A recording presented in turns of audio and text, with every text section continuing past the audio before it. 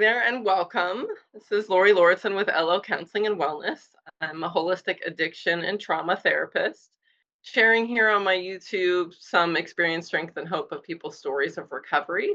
It is Recovery Month 2025, so every September there's Recovery Month, and they have different topics.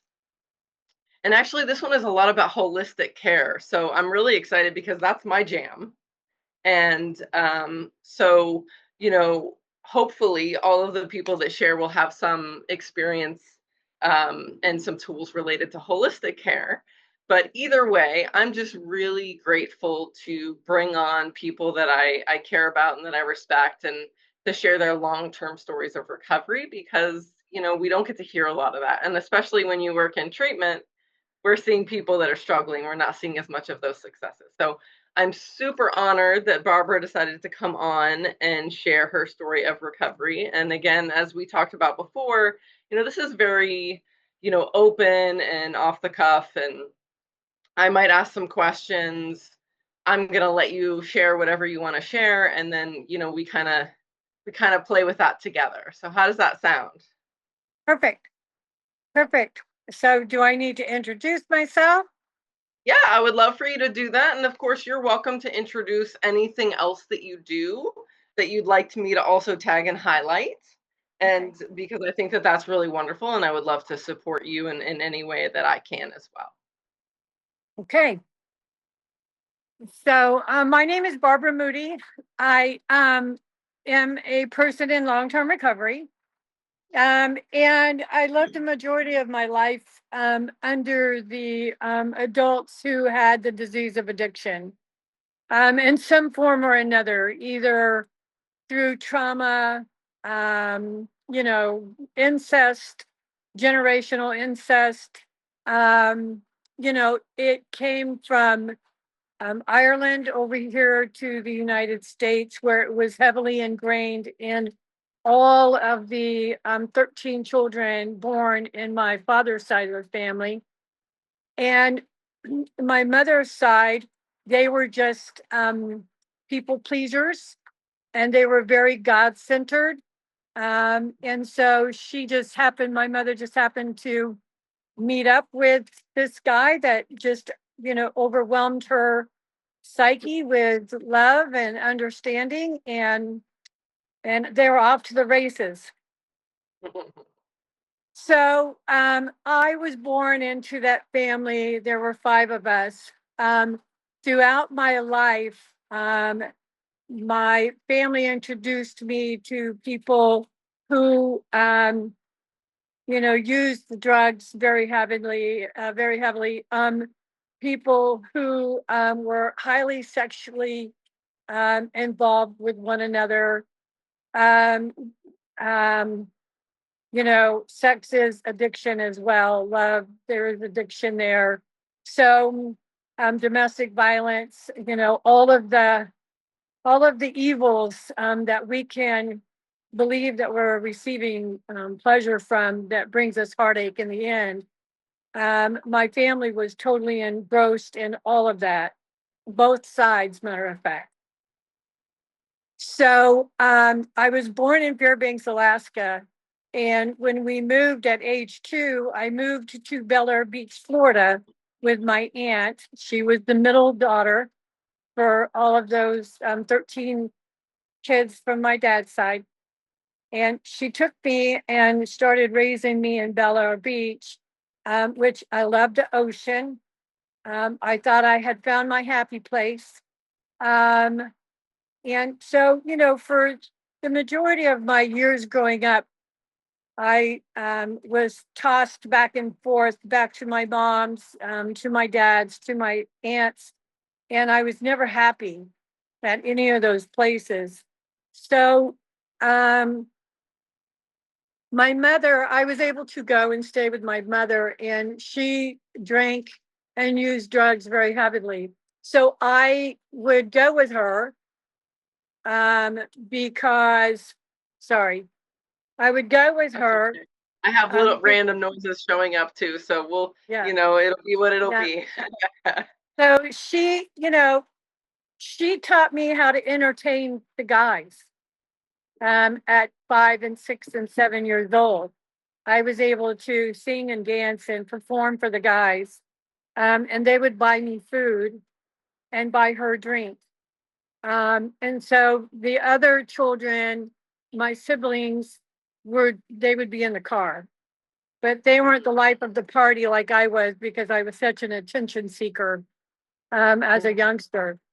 So, I never remembered any of this, any of my childhood for the majority of my life until I started getting a little older and in recovery, where I could really resonate with certain people's stories, and it would take me back into identifying some of the events that took place in my life. And I said, oh, yeah, I can remember when that took place, or, this event triggered this emotion. So, all of that family, I figured that they were just teaching me how to use drugs and get by with everything that I needed to do to get more drugs. So they were my teachers. I left school when I was in the 8th grade, because when I went to the 9th grade, the 3rd day of school, I beat up my business teacher, and they said, we don't want you here. So that was the wraps on school. So I had an 8th grade education, and I propelled myself into the man's world, of course, trying to find the ways and means to get more in any form. So more would be sex, love, drugs, rock and roll, all of that. I married once, and when I married, it was so bizarre because I had children and I didn't know how to raise my children. It was very bizarre what was taking place, because I only knew what I knew. I only knew what I was taught. And How old were you when you got married? I was about 24, and I was definitely in the grips of the lifestyle of addiction. No place to live, living in and out of hotels, most of the time outside, working in bars, jumping in cars, doing all the things that people do when they are, at the end of the road. Mm-hmm. So this guy picked me up in one of the bars, and we ended up getting married. And the great thing is I had 5 children with him, and we were together for, almost 20 years. Very, very, very highly, highly toxic relationship. Extreme domestic violence. The children suffered our consequences of being so toxic and sick. I sent my children away to live away from me, so that way they could live a better life, because I knew that I was never going to be able to provide them the love and adequate living that they needed. So I sent them away to different family members. And the great thing is they turned out to be great kids, every one of them. They're adults now. They're all back in my life. I have 5 children. I have three daughters and 2 sons. And I have, my sons are veterans. They both went to Iraq and Afghanistan. My 3 daughters, I have one that's a principal of a high school in South Carolina, one who is a CFO of a nonprofit, and then the other one is a pharmacist. So my oldest son is a general contractor in the state of Florida. So, they all have great lives. They have 2 children each, and they're living their very best lives. And they always tell me what a great mom I am. So Mm, how times change, right? yeah. Well, that's such Um, a beautiful example. I hate to interrupt you, but I want to point this out because I think it's such a beautiful example of how you can create generational change when you change. I mean, think even just what you've shared so far of your story, like how powerful that is that you went from, not knowing any better, right? Because you had this Mhm, experience of living in the chaos of addiction mhm, and all of the things that go along with that, including domestic violence and trauma and all of those pieces, to then change that first by making one of the hardest choices that you can make as a mother by, to send them away, and then now, being able to say, hey, I have a good relationship with my kids, like that's a huge testimony in recovery. So I just wanted to kind of yeah, point that out. And not only that, because it's when you make those generational changes, it's not only in behavior, it's in their DNA, right? You've helped change their DNA so that they're not, I mean, there's still the possibility of addiction continuing in the family, right? But you've mhm, shifted the way some of those genes express themselves, right, right? correct, Which correct. is amazing. And the children, the ones that are older, in their late teens, I do have teenagers who are in their late teens. They are highly aware of the lifestyle, because my children all have been involved in their own level of addiction. And we point out to them the pros and cons of using alcohol or smoking weed or snorting cocaine. And we let them know that, we have inside of us this desire to seek outside of ourselves for that feeling of completeness and wholeness. And, Mhm. sometimes we use, the other sex, and sometimes we use these drugs. And here's how damaging it could be to you. So we keep it very, very real for them. And we talk about the generational change that's taking place and the cycle breaking. We have very, very real conversations with the grandkids. So, That's of amazing. course, when the grandkids call me, they always feel like they're in a therapeutic session. Dadgummit.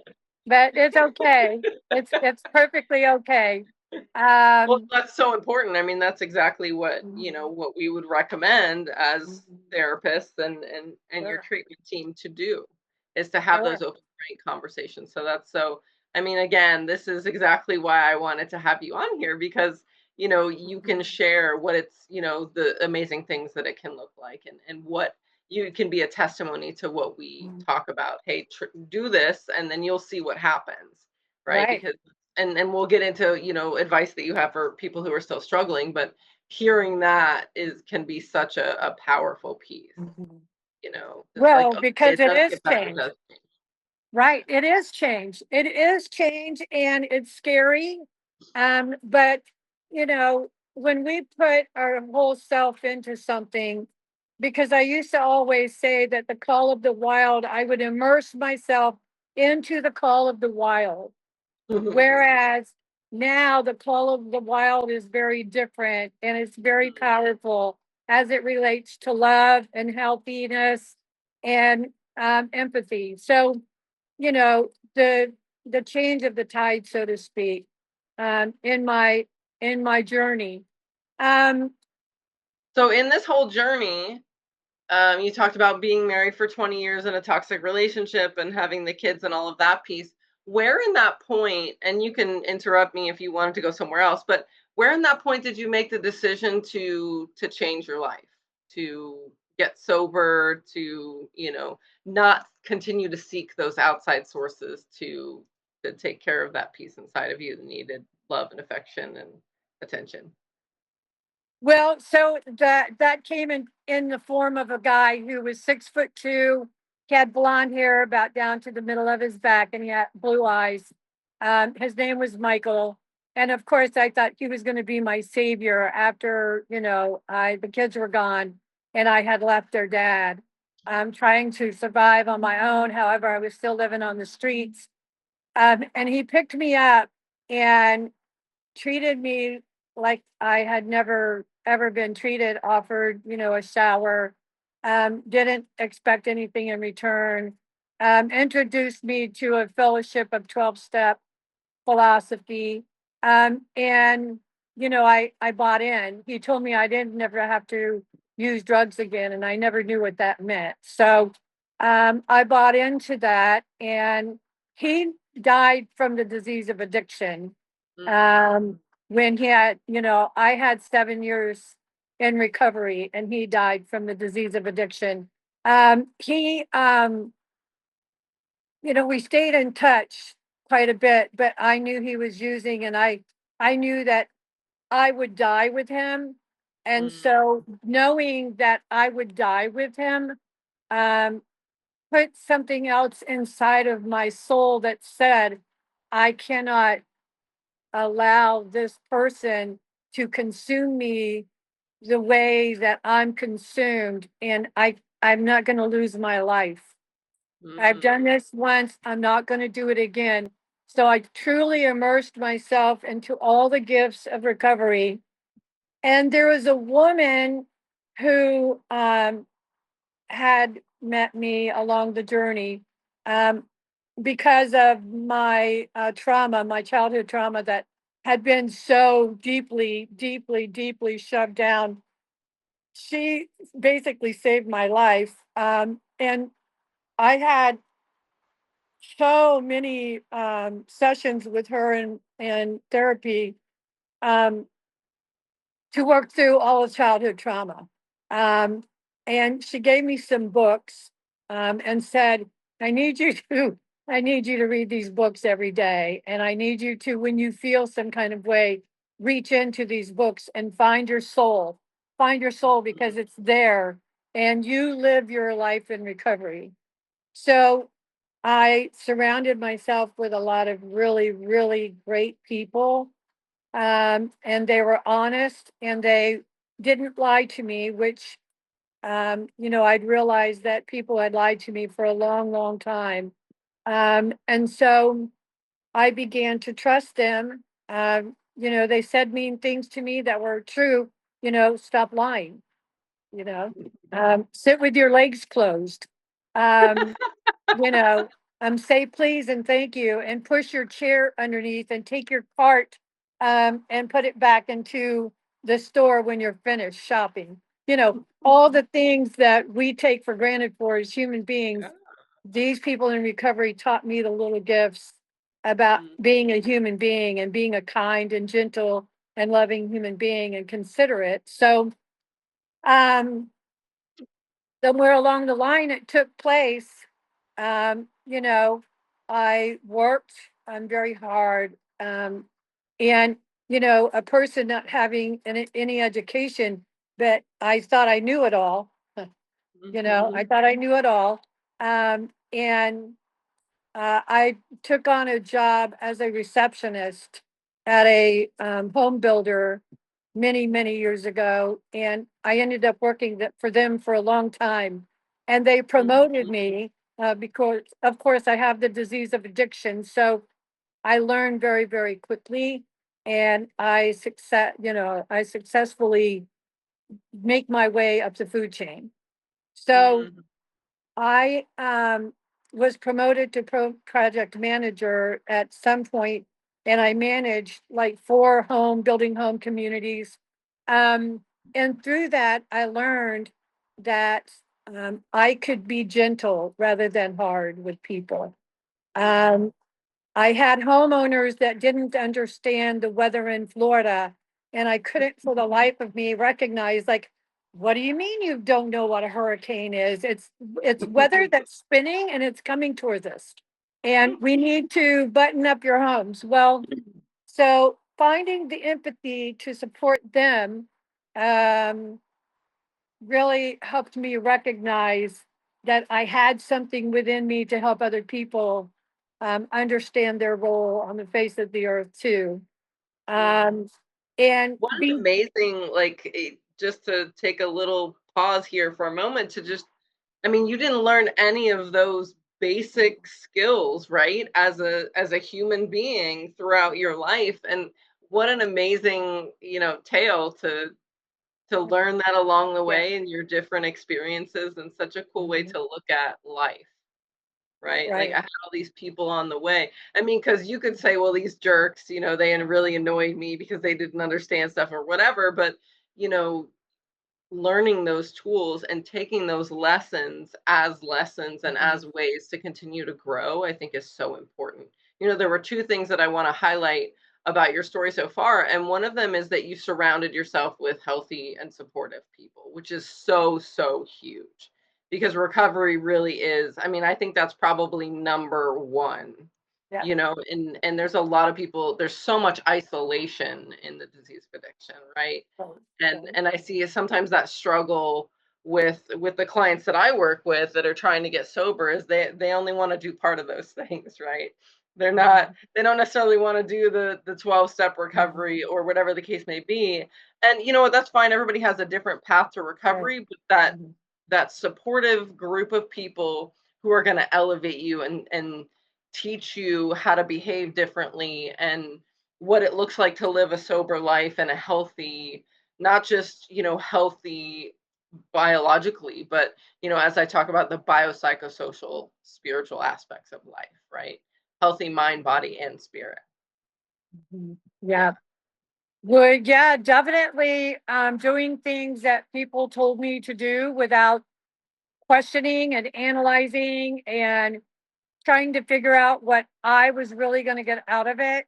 Um, and to learn to just go with it and trust the process. I used to hate that. But it was true.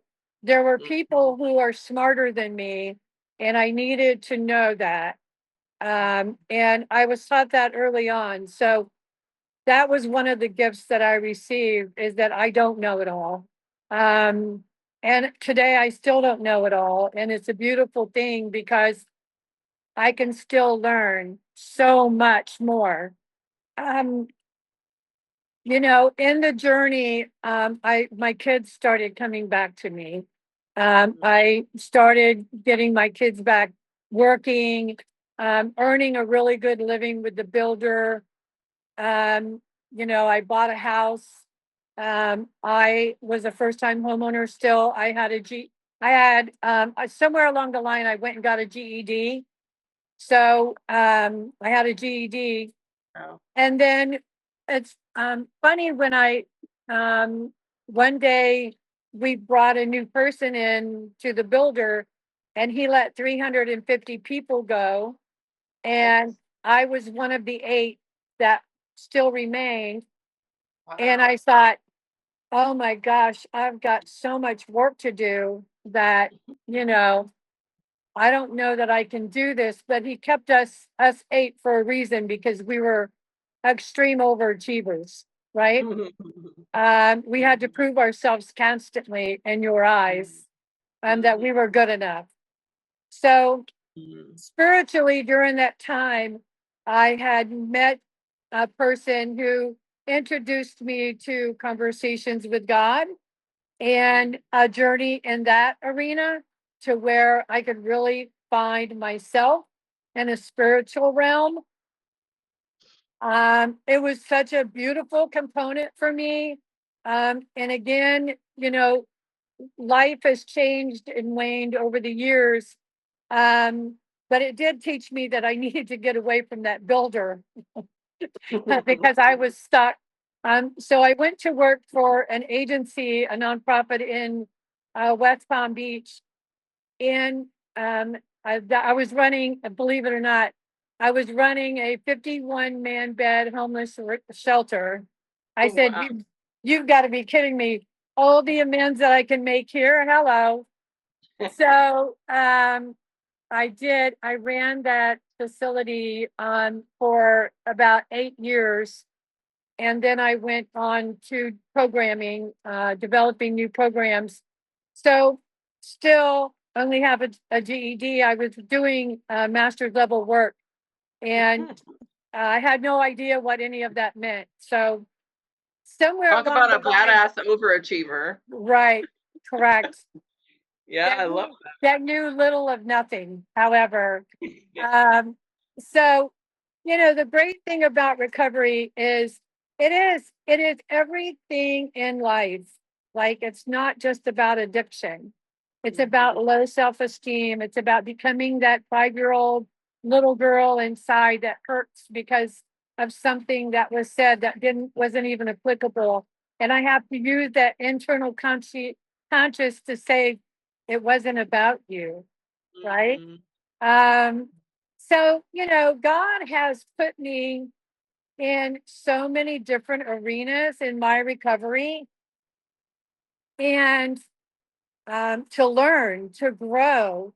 Um, and I had worked at the managing entity who manages the funds for Department of Children and Families in the state of Florida.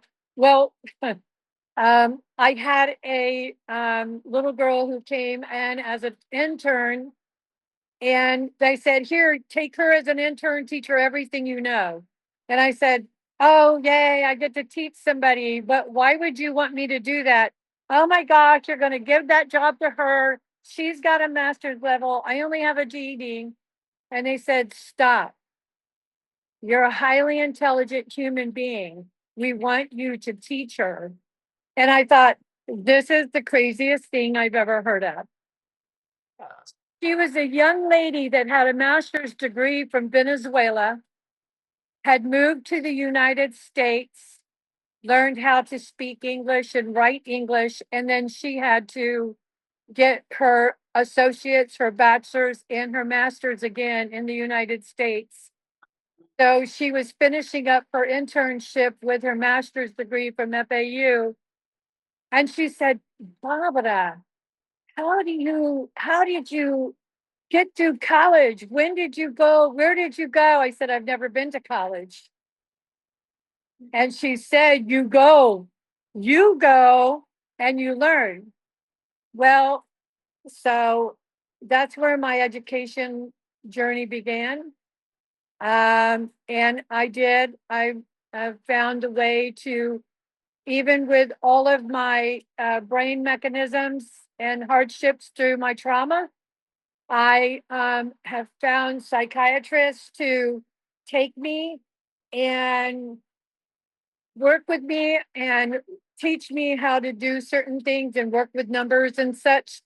Um, I learned how to do the work, and I used God and I used my recovery family to help me become this person that could be trusted in the community. Number one, I'm consistent. Number two, do my classes and do them without having other people do them for me. So no cheating. Um, I had teachers that absolutely um, stayed by my side to help me through this process. And I now hold a master's degree. Um, so, I am a clinician. I never thought I'd see that day. However, I hold it back to recovery, right? So, even as damaged as a human being can become in their life, there is an opportunity to heal and grow, regardless of what people tell you. Um, you know, Make me cry today. sorry. That gave me Well, goosebumps. That's so beautiful. It's so amazing to see how far you come. Sorry, all of a sudden there's somebody's blowing over there. I don't know if you can hear that. I'm no, outside because I thought it would be a nice background, but can you hear that, or is it? no. Oh, good. Mm-mm. Okay. Well, maybe the sound is okay, and we can edit this later. No, But um, no. it's so beautiful to see the the leaps and bounds that you've made in your life, right? To go from, being in a place where you're in hotels or homeless, or, and all that trauma, and now holding a master's degree and having this like really cool story to share. This is my favorite Right, thing about it, is that everybody has such a different story to share. And right, looking at what are those most important elements, and a big part of that is that That internal drive, right? At some point, I always say that consequences might be enough to get you sober, but they're not really enough to keep you sober. They might help along the way. And of course, if we have a relapse, you're going to learn from that, hopefully, that you're still alive and you can still do that work and continue on that piece.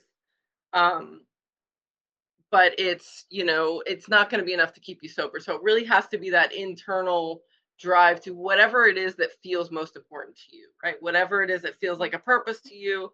And then, of course, there's that spiritual aspect that we talk about in recovery, and whatever that means to you, right? Even if that's just meditation or yoga, or connecting with nature, or God, whatever that looks like for you, those kinds of things. It's about addressing all of those pieces. I talk about the biopsychosocial spiritual model of treatment as four legs of a chair, right? If we don't have one of those legs, then the chair is going to be wobbly or it's going to fall over.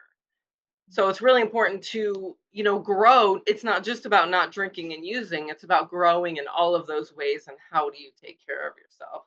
But if we can, I'd love to kind of go backwards just a little bit in your story, and talk about those. We talk a lot about those first couple years, and I see a lot of people in those first couple years. I definitely see people in longer term recovery as well for a long time, because that growth process happens in layers, as we've talked about, right? And as you've shared, there's been lots of layers. And especially when you have addiction and trauma together, which is most of the people that I see, it is a layered process, a multi-layered process. And it's about integrating all parts of yourself, which you talked about, right? It's not about forgetting or pretending it didn't happen. All of your parts of your story are part of who you are and make you who you are. So it's how do we integrate those pieces and release the pain of the parts that are no longer serving you and supporting you, right? And I also heard, one of the things is, how did you do that, right? And you talked about the 12 steps of recovery. You talked about you did some therapy and some psychiatry. You didn't go to rehab or anything like that, right? Is that my understanding? Yeah. So everybody has a different way that they got to that place, right? So I'd love to hear a little bit more about what those first couple years was like, as far as emotionally, like what challenges were there for you, what was easy for you, and what were the things that really kept you going. You didn't talk about a relapse. I don't know if you had any or anything like that, and whatever you're comfortable sharing, about that level of journey that could help some other people to see kind of what your experience was. Well, so at first I can tell you that I thought it was all about me. I thought when people were clapping, you know, I thought it was because I was there. Literally, it was, yes, literally, I thought it was, they were happy to see me. Um, and of course, I used it as um, my hunting ground, to find other people that would take care of me and support me and, do the things for me that I needed so I could have more. Um, I did use over all of that, because there was a time when I had 7 guys who were paying my rent, taking me to dinner, going to concerts, paying my car payment, doing all the things. And Mm-hmm. I was lying to them. And I was going into a house one day to meet a bunch of the girls, and I was telling one person that I was going to go speak in Miami, and I clicked over to another person and said, "No, I go speak at Miami tomorrow. You can come and pick me up tonight." And so I had set up 2 dates and 2 nights and lied to both of them. And I had the 3 girls were sitting staring at me, and she said, "Stop lying." And I hung the phone up. I said, "What do you mean, stop lying?" She said, "You just lied to them." I said, "I didn't lie to anybody."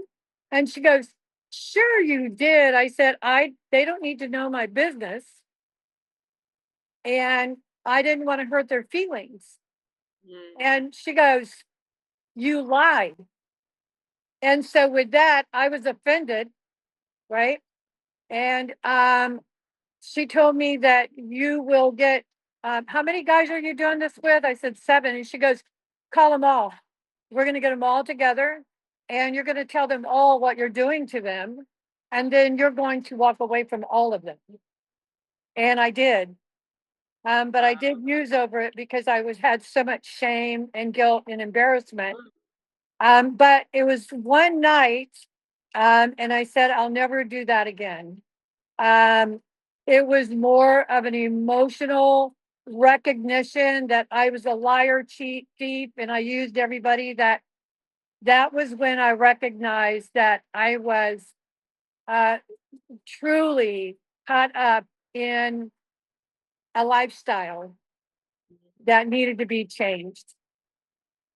So I did. From that moment on, I never lied. I never stole. I never had more than one boyfriend at a time. I paid my own bills, worked 2 or 3 jobs to do that.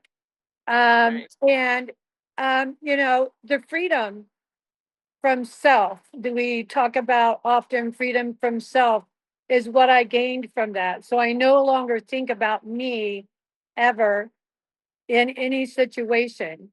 I mean, do I think about me when it comes time to go pick a place to eat because I'm a foodie? Yes, of course. I think about me and my needs, but I don't think that if somebody looks at me for longer than 2 minutes, that they're thinking, something weird and wild about me. I think that, you know, I just want them to feel loved and cared about and honored, that I was able to see them sitting there. Um, It's that early separation of the ego uh, identity is what we would call yes, it in fancy therapy terms, right? Because it's not that, if you completely don't think about yourself, then you become a people pleaser. So we don't want to be right. in that direction No, either, no, no, right? no, So no, no. but it's about not being self-centered and No. manipulating. But which again, yes, you had a lot of shame about that, but we also have to remember, and for other people who might have experienced this or be experiencing this, is that was how you knew to survive at Right. that time. That Yeah, was how you knew how to get by and to figure things out because you didn't have people teaching you. So you sure. learned those things along the way, and it was in layers, Mhm. so you didn't learn it all right away. And we all have those experiences, that those turning points, right? That perhaps they involve a relapse, or perhaps they just involve our trauma showing up, or whatever the case may be. So I think that that's a really important distinction for people in early recovery, or who are trying to get sober, or even figuring out if they have a problem, that yeah, there's going to be some bumps along the way. I talk a lot about the stages of recovery, right? In that first 6 months to a year, there's a lot of like ups and downs and things that you go through, chemically, emotionally, all of that. And that's just the tip of the iceberg, especially when you've learned, as you did, so like it's been ingrained so much in your life, not just the drinking and using, but the rest of the lifestyle that surrounds that, as a way to protect yourself and as a way to survive. And I'll say too that early recovery, I mean, let's face it, we do a lot of damage to our brain chemically. And if we just humble ourselves enough to say, you know what, something isn't right, and I really need to have, see a psychiatrist to make sure, because my brain was definitely imbalanced with the trauma and the using and all of the different scenarios that took place in my life. And, I took medication for a very long time, in order to balance it out. But then when it was done, and I was healing, and, life looked a little bit differently. So, having a strong support network and really trusting your primary care doctor and your psychiatrist that you're having conversations with, not just going to see and blobbing out, here's what I have going on. And they go, okay, here you go. Having the real conversation with them about what's taking place, what I'm feeling emotionally, when I'm feeling it, how I'm feeling it. Does it deepen? Are there times walking through the grocery store that, I get angry and I just want to shove the cart at somebody? It's why am I feeling that way? That's something going on with me in here and I need to understand clearly, so that that's where the therapist comes in to help me understand and then find all the coping skills for me to be okay with me.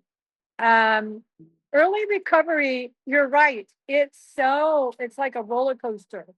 One day you'll be good, and the next day it's um, a profound change. Um, and I know somewhere in the 12-step fellowship literature, it states that we must undergo a profound change in our personality. I mean, that is says a lot. We must undergo a profound change in our personality. And I'm thinking, which one? Which one? Which one? Right. I have And so that's many. so hard. Yeah. Well, Yeah. yeah, and there's all those parts of yourself, we talk about that in parts work, right? There's the little 5-year-old child that, was the entertaining the men, and then there's the, whatever other age person that was hurt by someone, and all of those pieces. And again, it's about integrating those parts. And I say this all the time, like, some of the people that I know in long-term recovery are the healthiest people that I've ever met, because they had to be, because they had to do the work, that profound personality change, to stay sober, to live, to have a what I like to call a life worth living, right? Whatever that Right. means to you. But you have to make that decision, and it's really hard, which is where I see a lot of people, especially when they have trauma, get stuck in that loop of yes, no, yes, no. Like, I want to get sober, and then it gets too hard and I can't handle it anymore. And they haven't learned the right tools, or they haven't had the right therapy or the skills or whatever it is, and they get stuck in that.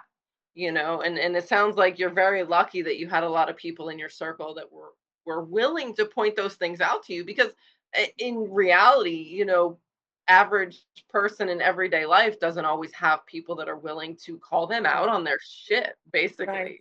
Correct. Right. Well, And we need that. We need people who love us enough to say the uncomfortable things, to save our lives, to help us to live better, to help us have better relationships, and those well, kinds of things, which is so, so important. absolutely. Well, I can tell you, Lori, that I continue to grow and I continue to move forward in life.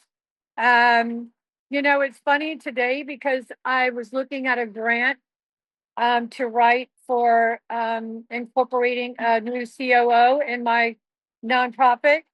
And that meant inside of that grant, I read where I had to develop a succession plan. And I Mm, thought, wow, this is huge. That means that yeah. I'm going to have to train somebody to actually take over for me. And so with that, I started thinking, I mean, it went from the word succession plan to, oh my gosh, what am I going to do when I don't have this to do anymore? I wonder if I could start traveling. So all of these things are already in motion, and the cool thing is I can,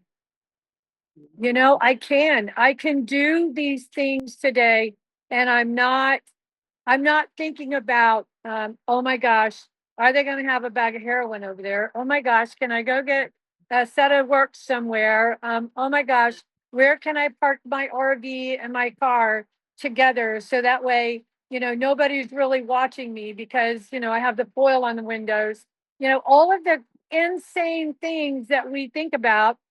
Um, and I can easily say, well, I can do what I want to do.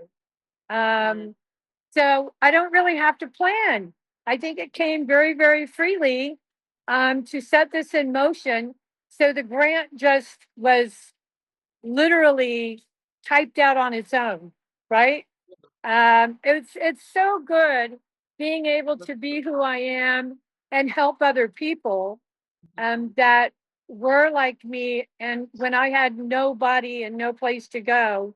So I have become that person to help others. And, I have 34 other little mini me's running around that just love to help other people. And they just want to love. They just want to love you till you can, get it. So So, you can love yourself better. yes, Yeah. yes. Well, I really want to talk about, if you're open to it, I really want to talk about, what you're doing and how you're supporting other people. If you're comfortable with sharing that on here, it's entirely up to you. But before we do that, I wanted to ask, because I think a lot of people look at, well, how long does it take for me to feel like normal again, right? Not that that's really, I mean, what does that even mean, right? We say that so that's a setting on a washing machine, but was there a point where you recognized my first thought isn't whether I'm going to get high or get drunk or, you know, relapse in some way, shape, or form or something like that? Was there a moment, and how long would you say that took for you? Well, the first 5 years for me were still rather chaotic, and I wasn't, really treated.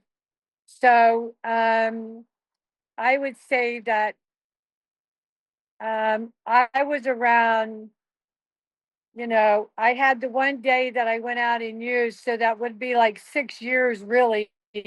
But it was the first year after my relapse. So where I got really broken to the point that I had was didn't think I was going to be able to make it back in Mm, just less than 24 hours.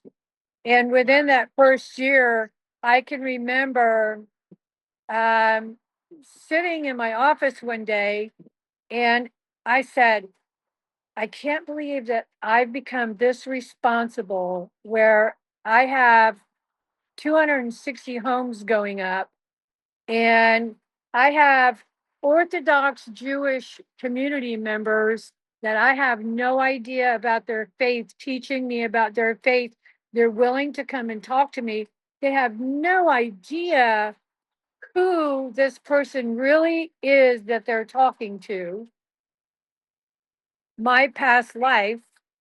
And I knew right then, that moment, that I knew I was never going to use drugs again. I just Wow. knew it.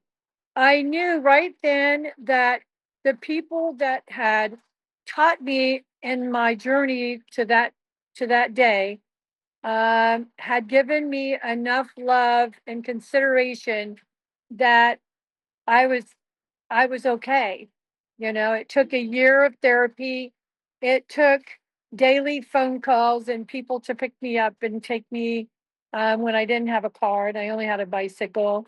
Um, it took all the things that it took, the honesty, the pain that I felt, the shame, all of it that I went through. And that day that I was just sitting in my office looking around at the homes outside and the people walking around, I said, they have no idea of my experience.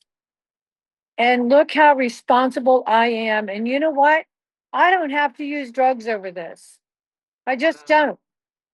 Yeah, it was an amazing feeling. That is amazing. I don't So think it's a we, timeline on it, though. I really don't think that there's a Mhm. timeline on it because we all find ourselves just when we're supposed to. Mhm. Yeah, everybody definitely has a different experience, and I like that you talked about that, the first 5 years being kind of chaotic and you were still finding your footing, because there are people who, decide to get sober and they stay sober and they never use again, and there are people who really go back and forth. I mean, at this point they talk about the, 7 times in treatment as like the magic number to get sober, and treatment being whatever that looks like, right? Whether it's therapy, rehab, whatever the case may be. So I appreciate you sharing that so that other people, because actually quite a few of the people on my, that I have shared their stories, it was a one and done getting sober. So having that experience and knowing that not everybody has that experience is also, I think, really helpful. I had like two questions and they went out of my head, but um, I would say one of them is like, what would be the top, I don't know, 3 to 5 things that are most important in early recovery. And when I say early recovery, I say like the first 1 to 2 years, right? What are the 3 to 5 most important things, and what advice do you have people who might still be struggling. So we know who other people are. We know who they are. And we can point them out wherever it is we are. So taking the route to go and gravitate towards the people that you know are doing the right thing for the right reason. Go into the unknown. Just go. Just go into the unknown and trust them, because you can trust your gut. You can trust your gut. You know, you know the difference between the good, the bad, the ugly. Just take the route of the unknown. The second one is just trust yourself. You just have to trust you and your intuition, because that's never wrong.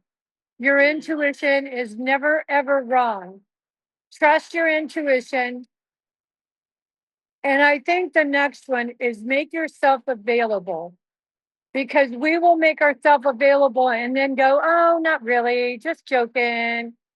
I have something else to do and it's probably laying here not doing anything. Make yourself available and go do the things that you don't want to do. And because that's going to save your life. You know, make the calls, shoot the text message, even if it feels wonky or out of character, just do it, because it will, and it might not only not just save you, it might save somebody else. Mm-hmm. I love that. I love that. So, you know, what I heard was, right? Like there was two elements of trusting yourself and your intuition. And one was like knowing who the healthy people are and who healthy people are not. And I think that trusting yourself element is so powerful, because most people in their addiction really don't, or they don't believe that they can do that. And if you get underneath that noise, if you pause long enough to listen to what's actually your intuition, not the craving, right? Not the part of you that's screaming like I need to go get high, or I need to not feel the way I'm feeling, but that part underneath that, that quiet little voice that says, maybe that's not the best decision, right? Or No, really do. we really do know. Mhm. We know when we're setting ourselves up. We know all of that way before we do know it. And we can catch ourselves and say, you know what, this is not the route that I'm taking right now. Yeah, I always say that you can catch yourself on any leg of that path, what I call the trigger thought craving use pattern, right? You can interrupt that anywhere. It's much harder once you get to that craving and the feelings and the sensation, but you can always interrupt that. So the more you trust your intuition and know when that's happening and pay more attention to that, the easier it's going to be. But as with anything else, it's personality change, right? It's practice. It's actually making those changes, the things that feel uncomfortable, because that's not what you've done in the past. Right. Right. And the making yourself available part, as we talked a lot about too, which was about really connecting with healthier people and asking for help, which is huge. I mean, that's hard for a lot of human beings, not just someone in recovery, right? And those pieces, which is super, super important. And, I think something that you alluded to but didn't say as part of that is also helping and supporting other people. And that doesn't always have to look the same, right? It doesn't always mean that you are volunteering or that you're even doing anything in the field. But, just by sharing your story, or just by Right.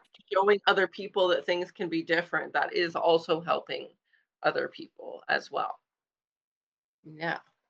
So I want to leave time for anything else that you want to share about your story, or anything else you want to share about what you're doing in the world. And I think I think that was a lot. So I'm gonna leave that last piece for you. Is what do you want? Anything else that you want to leave with? Anything else that you want to share that you're doing? So I just believe that regardless of where we come from and who we come from, um, you know, we get into the right realm of where we're supposed to be in life and our path. Our path, we know it. It just opens, those doors open, and we just go right through them. Don't be scared, right?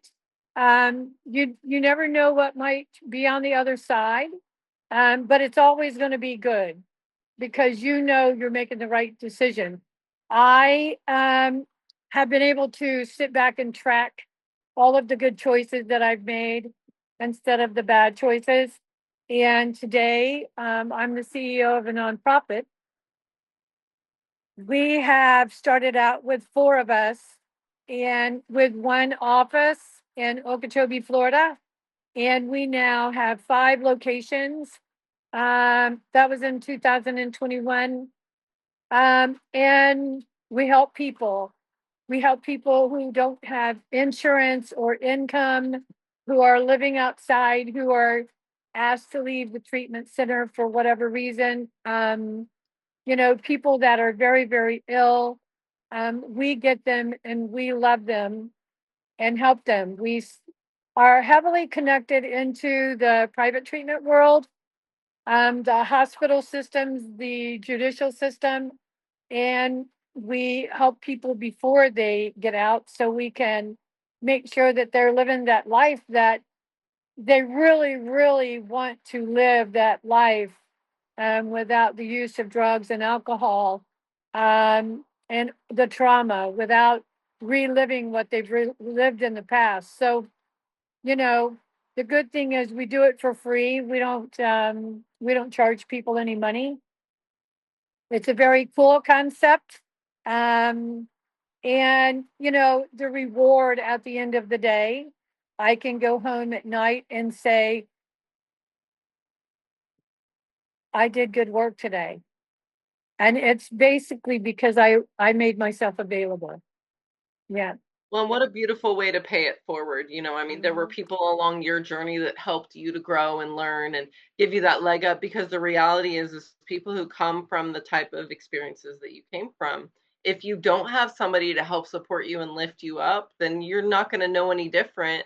And it would be very easy to fall back into that lifestyle. So I think that's such a beautiful legacy that you're creating, and such a beautiful story that you're sharing. I really appreciate you taking the time to share that with me. And if you want, I'm happy to put your stuff in the description when I post it on YouTube and all of that good stuff. And again, I just want to so much gratitude for you being willing to be vulnerable and open and share your story. And Sure. it's just another way that we can continue to help Yeah. other people in the world. And that ripple effect, I think, is like that's what means so much to me, is like you help one person, and it creates so many ripples in the pond that I think will, that love gets spread in so many different directions that we might not even know in this lifetime. Oh, right. Definitely. Yep. Second generation, third generation. Right. It's a beautiful thing. Lori, Yeah. thank you so much for inviting me. And I'll see you soon. Yes. Yes. Thank you. Okay. Take care. You too. Bye bye.